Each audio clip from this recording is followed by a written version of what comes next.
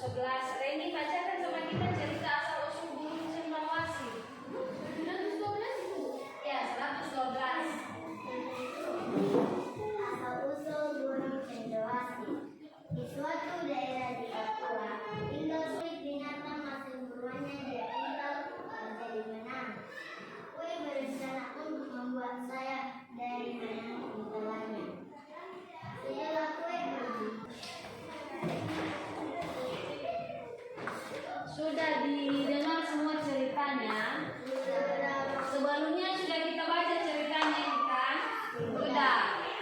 Di dalam asal usul burung cendrawasih, siapa yang menjadi tokoh di dalam cerita ini?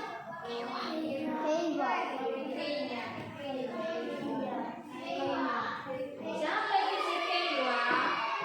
Siapa itu si Kewa? Siapa jawab dulu? Siapa itu si Kewa?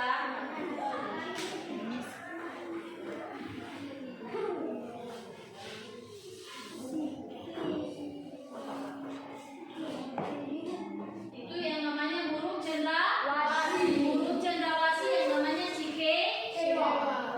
Iya. Bahwa tinggal seorang anak laki-laki bernama Kewa. Kewa tinggal bersama ibu dan adik-adik tirinya. Adik-adik tiri Kewa tidak menyukai Kewa. Mereka menjebak Kewa sehingga tersesat di hutan. Si Kewa yang tersesat di kulit binatang hasil buruannya dia pintal menjadi benang. Kewa berencana untuk membuat sayap dari benang pintalannya. Setelah Kewa pergi, ibunya sangat sedih. Adik-adik Kewa berbohong bahwa Kewa pergi karena tidak mau tinggal bersama mereka lagi. Seperti yang telah dilakukan Kewa. Dalam sekejap, ibu Kewa berubah menjadi seekor burung. Dia segera terbang bersama Kewa.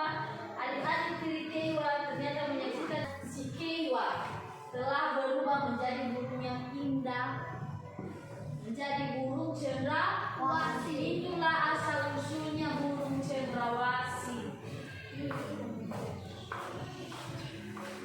Ini cerita apa?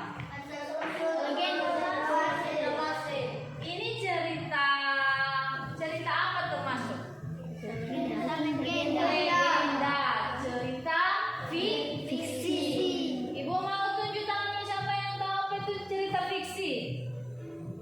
Tunjuk tangannya. Ya, udah. Rekaan atau khayal. Berdiri. Apa? Misalkan suaranya ya. Cerita fiksi adalah rekaan atau khayalan. betul. Ini adalah cerita rekayasa. Rekaan, bukan kenyataannya. Bukan seperti kalau cerita kenyataannya seperti cerita Lawamari itu benar. Bukan khayalan. Bukan rekaan. Kalau cerita cendrawasih ini cerita rekaan yang dibuat. Tidak betul-betul.